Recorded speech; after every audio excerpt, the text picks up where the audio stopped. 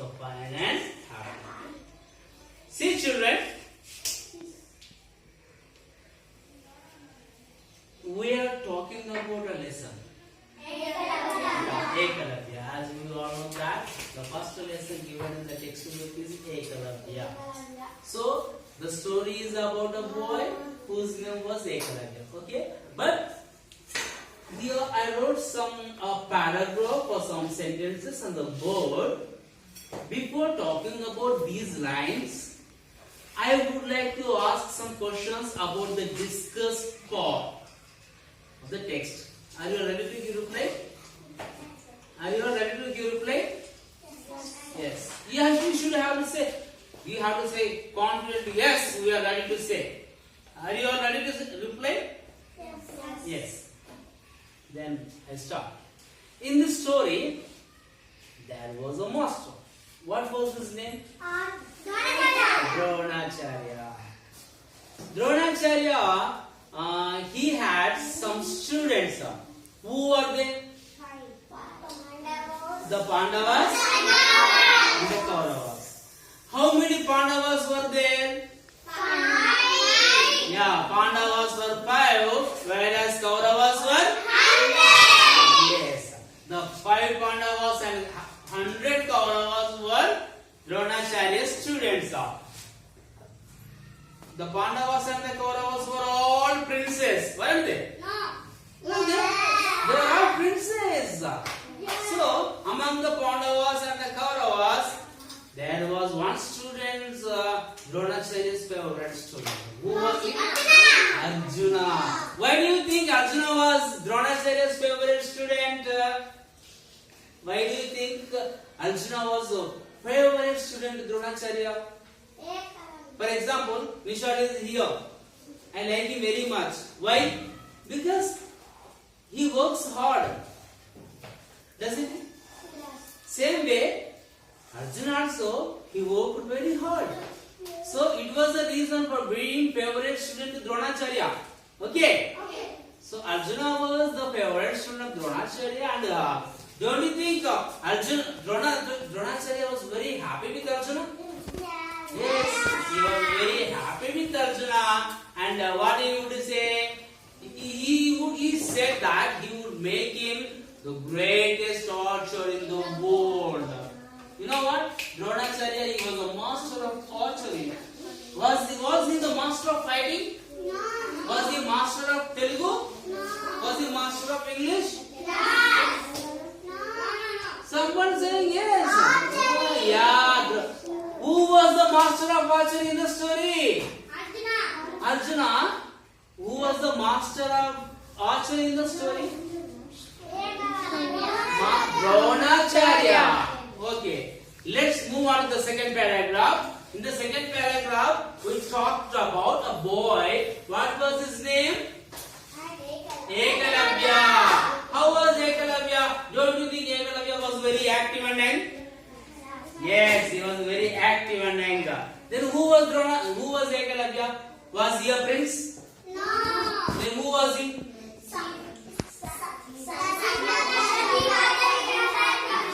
Yes, he was the son of the chief of the jungle tribes of Nishada. So one day what happened? Ekalavya watched Dronacharya teaching archery to the princess of Hastinapur in the Gurukula. So he wanted to learn archery. He wished to learn archery. So he met Dronacharya and fell at his feet. After falling at Dronacharya's feet, he greeted something. How did he greet? How did he say? What did he say? He said, "Oh, great teacher, I have come to learn archery. Please take me as your pupil." When Ekalavya asked like that, don't you think Dronacharya was very happy? No. He was very happy. Dronacharya was very happy. When Ekalavya requested him to take him as his pupil, Dronacharya felt very happy. He laughed. He felt very happy. My dear boy, Who are you? Who are you? Yes. Then what did I? I am the son of the chief of the He said again. On hearing to his words, Dronacharya got angry. A tribesman? Don't you know? That is only the princess. You can go back. I don't teach you. He said. When Dronacharya told him to go back, when he told that he would not teach him, do you think Dronacharya Ekalavya was very happy? Happy. Was he happy? No. No, he was not happy. He was very sad. He was very disheartened. And he obeyed Dronacharya. Okay, master. And he returned to the forest. Yes. When he returned to the forest, there he made a clay image of Dronacharya. Do you know what clay image? Clay image is nothing but matti bomma. In Telugu we say. For example, if there is Ganesh, Vinayaka Chavithi, you make some idols, Ganesh idols with clay. Don't you make? Likewise here also he made a clay image of Dronacharya and kept practicing archery day and night. He worked a lot. He worked very much. He worked hard. In no time, within the short time, Ekalavya he mastered the art of archery. Now you don't even imagine how good he was at archery. He could shoot arrows even in the dog. I told you what dog is. Dog is nothing but chicken. So he could shoot arrows even in the dog just by listening to the sound of the animals. Okay? So we discussed up to that part. Now let's talk about this. Okay? So what happened? Now Ekalavya, he became the master of archery. And here, one day what happened?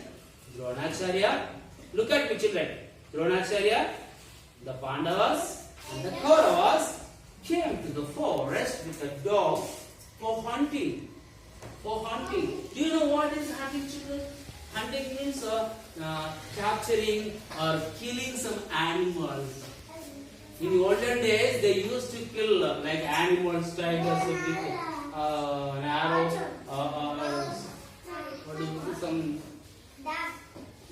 some weapons. So here, Dronacharya and the Pandavas and the Kauravas came to the forest with the dog for hunting. But you know what happened? Suddenly, the dog started barking. It kept barking. Yeah, the dog started barking. Do you know what happened?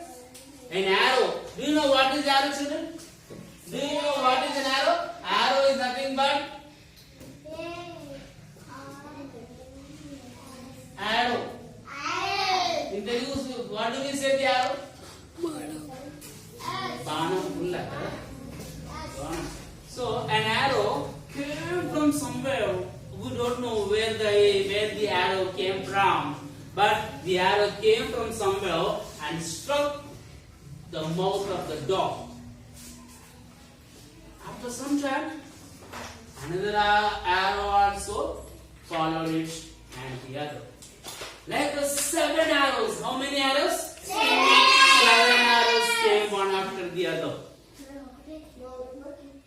No, tell me.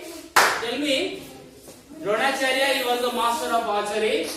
Dronacharya was very good at archery, and the Pandavas and the Kauravas were their students.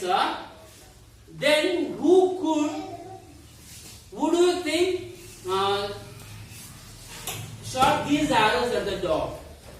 Who was the person shooting these arrows at the dog? Who do you think? ఈ బాణాలు ఎవరు వేశారు అనుకుంటున్నారు? ఏకలవ్య అనుకుంటున్నారా?